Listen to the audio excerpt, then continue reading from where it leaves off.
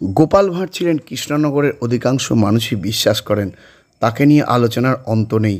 ইতিহাসে তাকে নিয়ে প্রামাণ্য কিছু পাওয়া না গেলেও মহারাজা কৃষ্ণচন্দ্র নাম উঠলে গোপাল ভাঁড়ের নাম উঠে আসে।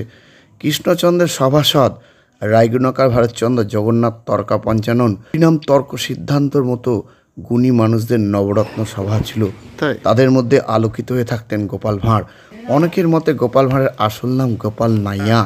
গোপালের বাবার নাম জানা গেলেও তার মা ও স্ত্রী সম্পর্কে কিছু জানা যায়নি। তার বংশধর নগেন্দ্রনাথ দাসের মতে গোপালের পদবী ছিল নাই। মহারাজা তাকে হাস্যার্ণব উপাধি দান করেন। এই গোপাল ভাঁড় গত লোকসভা বিধানসভা ভোটে নির্বাচনী ম্যাসকট হয়। প্রায় ৩০০ বছর আগে কৃষ্ণনগর ঘূর্ণিতে বসবাস করতেন বলে জানা যায়। আজও গোপাল ভাঁড়ের জনপ্রিয়তা এতটুকু কমেনি। তাকে নিয়ে মুখে মুখে ছড়িয়েছে হাজারো গল্প, মিথ। টাক ছোটোখাটো এক পেট মুড়িওয়ালা গোপাল মানুষটিকে পুরস্কার চালু করেছিলেন কৃষ্ণনগরের রাজ পরিবার। 1957 সালে শেষবার সেই পুরস্কার গ্রহণ করেছিলেন শরৎ পণ্ডিত, যিনি দাদা ঠাকুর নামেই পরিচিত ছিলেন। ঘূর্ণির প্রামাণিক পাড়ায় গোপাল ভাঁড়ের সেই বাড়ির পলেস্তারা আজ ভেঙে পড়েছে, গজিয়েছে গাছ। 2003 সালে ঘূর্ণিতে প্রবেশের মুখে তার একটি মূর্তি স্থাপন করা হয়। গোপাল ভাঁড়কে নিয়ে কাজ করা কৃষ্ণনগরের ঘূর্ণির কাউন্সিলরকে নিয়ে লেখালেখিও করেছেন। গোপাল ভাঁড়কে নিয়ে স্মৃতির উদ্দেশ্যে প্রতি বছর কারবালা ময়দানে মেলারও আয়োজন করেন। এই অসিত সাহা গোপাল ভাঁড়ের বাড়ি রক্ষা করার জন্য আহ্বান জানিয়েছে। এ নিয়ে তিনি রীতিমতো বিস্ফোরক। আর এ নিয়েই আজ কালাগামীর বিশেষ প্রতিবেদন। কৃষ্ণনগরে গোপাল ভাঁড়ের বাড়ি আছে, রাধানগরে তার নামে মেলার আগে বাড়ি রক্ষায় বিস্ফোরক কাউন্সিলর অসিত সাহা।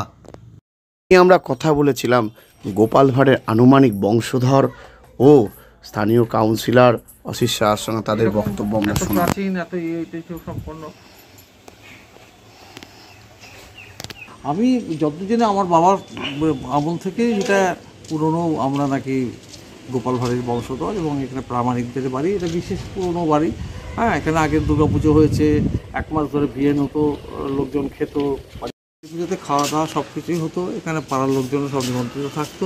হ্যাঁ, আর এখানে ওই অষ্টমীর দিন দুর্গাপুজো বাবার কাছে শুনছি যে এখানে ওই রাজবাড়ির তোপধ্বনি হলে, মানে রাজবাড়ি যখন কামান দাগতো অষ্টমী পুজো, আর এখানে সেই শব্দ শুনে এরা এখান থেকে আমাদের পূর্বপুরুষরা তারা বন্দুক ফায়ার করতো। বন্দুক ফায়ার ওপরে শূন্যে গুলি রাউন্ড ফায়ার করতো, তখনই সন্ধি পুজোটা হতো।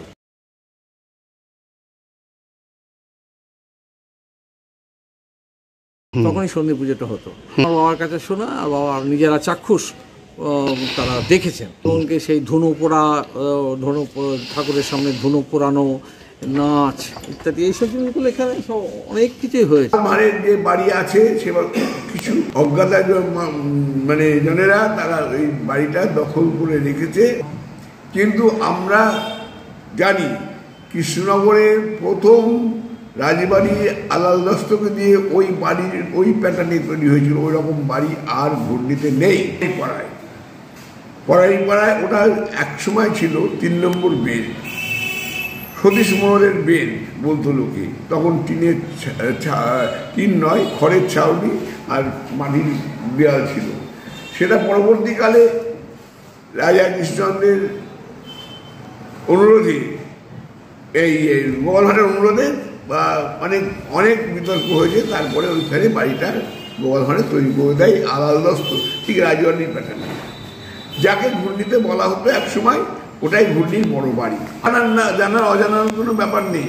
আমরা যখন ছোট বয়স থেকেই দেখেছি এবং জনশ্রুতি থেকে আরম্ভ করে সবাই বলেছে ওটাই গোপাল ভাঁড়ের বাড়ি। এটা আজকে ঘূর্ণিতে যদি বলে যায় যে এই বাড়িটা কার, অনেকেই বলবে অসিত সাহের বাড়ি। আস্তে এবার হয়েছে পৌরসভায় একজনের আপত্তি ছিল, তারা বলতে চেয়েছিল যে গোপাল ভাঁড়ের সদরটা কতটুকু জায়গা হবে, সেই জায়গা নিয়ে একটা বিতর্ক ছিল। কিন্তু সেই বিতর্ক কেটে গত সভায় এটা পাশ হয়ে যাওয়ার কথা। এখন জানি না কী হবে। গোপাল ভাঁড় সরণিটা গোপাল ভাঁড়ের মোড় থেকে লেন পর্যন্ত ওই রাস্তাটার নামকরণ করাটা আপনি করেন গোপাল ভাঁড়ের বিশ্বাস নয়, গোটা বিশ্বের মানুষ, গোটা ভারতবর্ষের মানুষ, গোটা পশ্চিমবঙ্গের মানুষ, ছোট বড় প্রত্যেকে গোপাল ভাঁড়ের নামটা জানে। নামটা জানার কেন জানলো, হঠাৎ গোপাল ভাঁড়ের নামটা জানলো কেন, অন্য কারোর নাম না জেনে? নিশ্চয়ই তার একটা কিছু কৃতিত্ব বা তার কিছু প্রতিষ্ঠা ছিল বলেই তো সে হয়েছে। রাজবাড়ির সেই একজন উপদেষ্টা মণ্ডলীর মধ্যে ছিলেন। মহারাজ কৃষ্ণচন্দ্র তাকে যথেষ্ট ভালোবাসতেন এবং তার হাস্য, কৌতুক এবং তার যে বুদ্ধিমত্তা, এটা তিনি পরিচয় পেয়েছিলেন। সেই বুদ্ধিমত্তার থেকেই গোপাল ভাঁড়ের সৃষ্টি।